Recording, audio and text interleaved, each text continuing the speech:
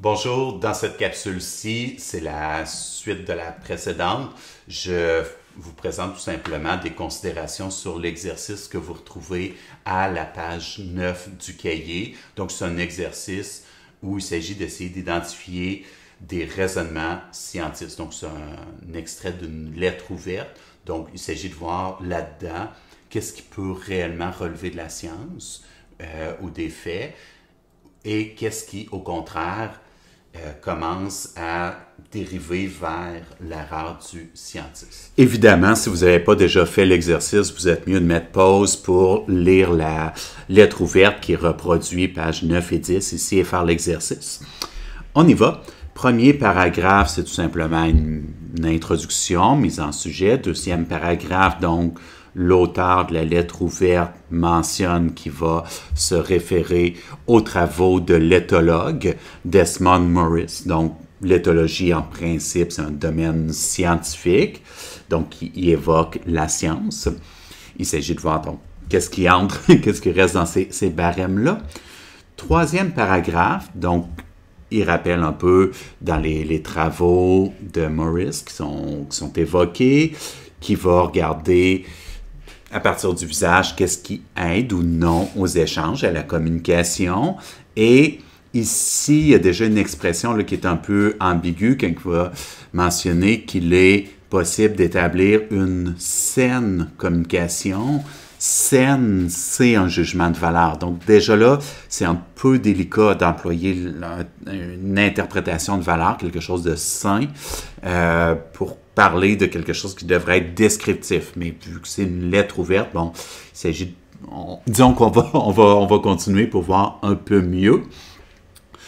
Ensuite, il va mentionner que donc l'éthologue, donc il se réfère à ses travaux, constatait que la simple difficulté de contact lorsqu'un individu porte des lunettes fumées faisait paraître le visage, le comportement en fait, agressif, donc dominant, et que habituellement l'interlocuteur va baisser les yeux.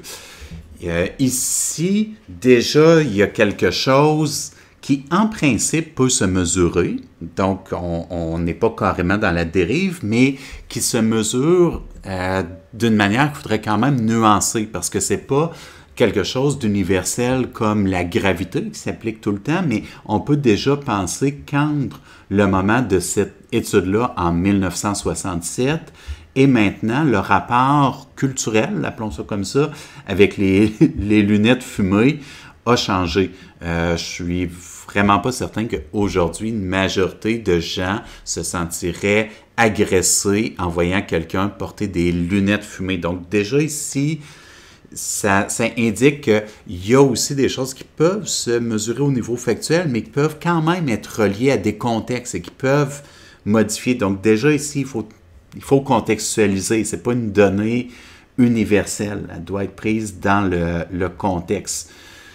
Le prochain paragraphe, là, il y a quelque chose là, qui va vraiment loin lorsqu'il va dire « On fait fausse route en ramenant le port du voile islamique à un simple problème d'accommodement religieux. » Donc déjà là, il y a quelque chose qui tient au réductionnisme, à dire toute considération qui n'est pas dans la mesure de la communication selon les travaux qui évoquent est dans le fond une fausse route ou des fausses considérations. C'est ce qui est sous-entendu ici.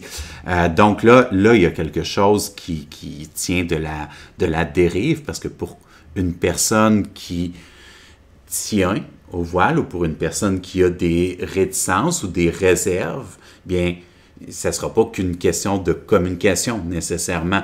Donc, il peut y avoir d'autres motifs, y compris, évidemment, des motifs religieux, positivement ou négativement, mais vouloir exclure toute autre communication, c'est déjà un parti pris ici que fait l'auteur. Ce n'est pas simplement une donnée scientifique, pas du tout. Et d'ailleurs, ce qui est peut-être intéressant dans notre contexte actuel de 2020, ben, si on fait le parallèle avec le masque qu'on va pouvoir porter pour des raisons de santé publique. Si quelqu'un disait la seule considération qui doit entrer en ligne de compte pour porter ou non le voile, c'est la communication. Est-ce que les gens se sentent brimés dans leur mode de communication du fait de ne pas voir tout le visage? Et si on disait on doit exclure d'avance des considérations de santé publique, même pas les considérer, ça nous semblerait arbitraire déjà là de sélectionner ce qui peut faire partie de la discussion et ce qu'on exclut comme considération, le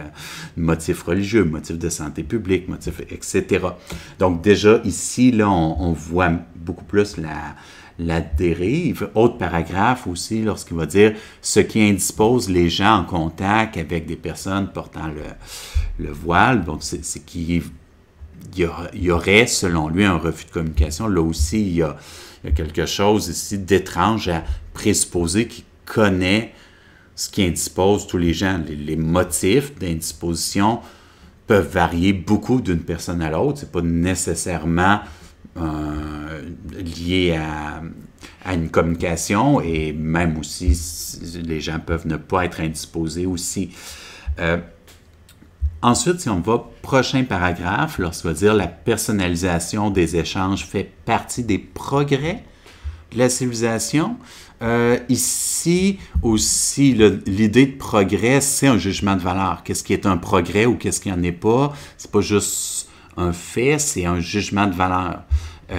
Ensuite, de dire que la personnalisation est un des progrès, c'est une interprétation qui est possible, mais qui est dans beaucoup plus de l'ordre du jugement de valeur, jugement d'interprétation, que la simple description. Même chose par rapport aux échanges anonymes qui sont mal tolérés. Il faudrait voir qu'est-ce qu'on entend par anonyme, parce que Internet peut receler beaucoup d'anonymat, et je ne suis pas certain là, que ce soit nécessairement une difficulté à ce que ce soit toujours toléré dans tous les cas. Là. Ici, en tout cas, il y a quelque chose qui est à clarifier. La suite aussi. Là. Ensuite, ici, le texte va continuer dans la même voie. Là. Donc, il y a les mêmes difficultés qui se répètent ici dans les paragraphes qui suivent. Et la conclusion et franchement aussi de l'ordre du scientisme et non pas de la simple science, lorsqu'il va dire que une personne qui se cache intégralement est une non-personne qu'on doit ignorer. Là, c'est plus de la science, c'est vraiment du scientisme. Donc là-dedans, ici, on peut voir un peu qu'il y a des choses qu'on peut essayer d'évaluer, qui est le fait de percevoir complètement ou pas le visage, jusqu'à quel point ça interfère ou pas avec la communication. Et par rapport à d'autres modes de communication, on pourrait penser aussi là des modes de communication où on ne voit pas du tout le visage. On pourrait essayer de faire le texto, par exemple. Qu'est-ce qui est permis dans la communication où on voit le visage, qu'est-ce qui ne l'est pas, mais il y a une partie qui peut se mesurer, mais il y a une partie ici où on arrive dans le scientisme, dans l'utilisation ou la façon, en tout cas, de jouer avec ces indications-là ou ces données-là.